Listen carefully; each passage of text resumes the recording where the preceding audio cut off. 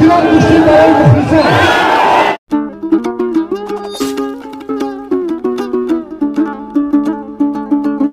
بعد از جفت‌هایی که میدان را ترک میکنند اهلی پهلوان برید میدانشان. یا پهلوان اولی پهلوان یک پلیساس یک پلیساس 300 سومانی.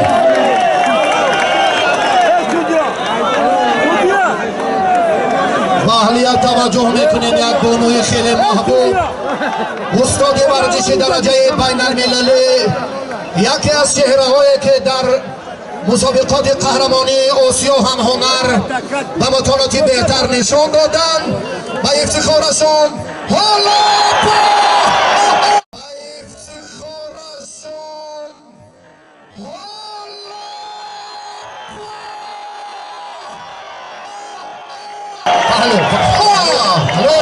پهلو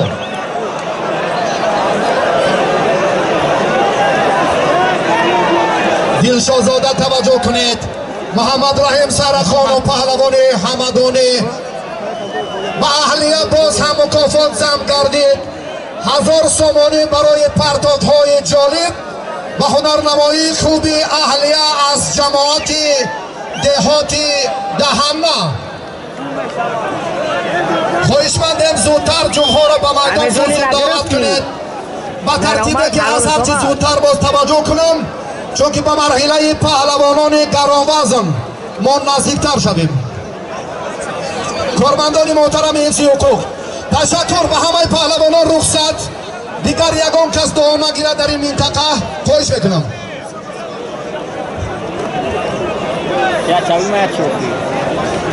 اهلیه بانو مکافتاش باز هم ارزنده عالی تر شد. بالای 2000 سومانی باز هم 1000 سومانی دیگر زم شد. مکافاتی از همه قیمت و شایسته هم نشد. پهلوان گرانوزن جمهوری تاجیکستان میزبان همین مسابقات شاهرخ امیرخانوف.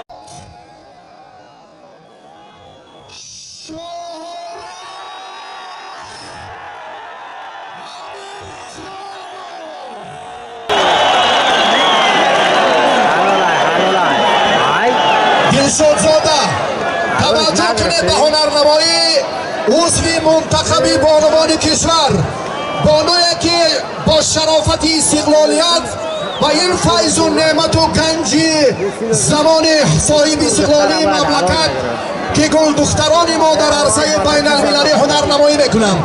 یک حرکت دیگری اهلیه اگر چنین باشد دلشادزاده فکر میکنم که اندیشش کاملا دیگر بشود.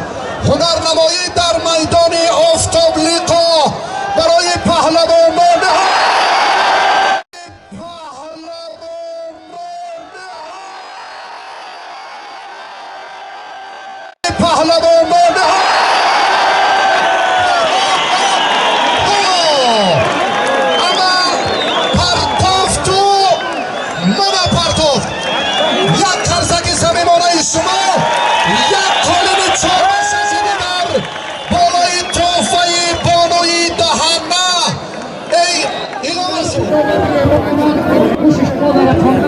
از پیش رمضان است و همین گوشتیواری های ما فاطمه بخیر.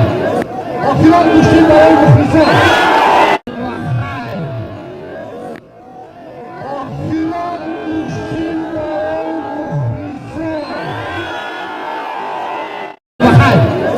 آفرین گوشتین برای مخلصان.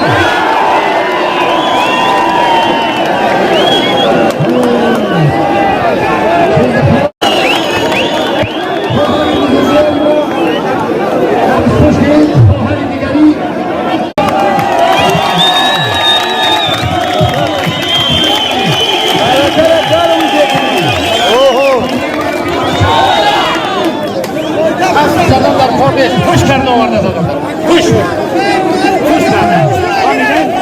یعنی چه سستایی که